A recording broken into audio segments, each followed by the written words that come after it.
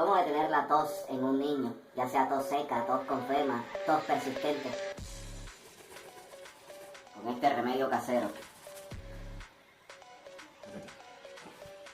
Esa agüita que quedó ahí de la cebolla rallada, le agregamos unas gotas de limón.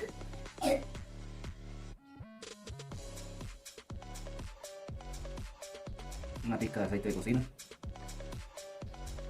Una pizca de sal. Revolvemos la mezcla hasta que te quede homogénea.